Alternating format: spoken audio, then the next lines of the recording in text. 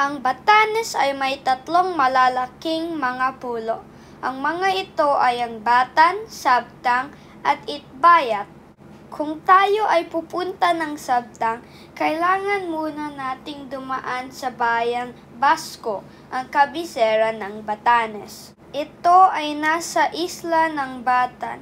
Mula dito, tayo ay maglalakbay ng 14 na kilometro papuntang Ivana Port, kung saan tayo makakasakay ng Falawa boat pupuntang Sabtang. Isa sa magagandang lugar sa Sabtang ay ang Savidug Village, kung saan nakatayo ang simbahan ng Santo Tomas de Aquinas at ang Beaterio ng mga Dominikano.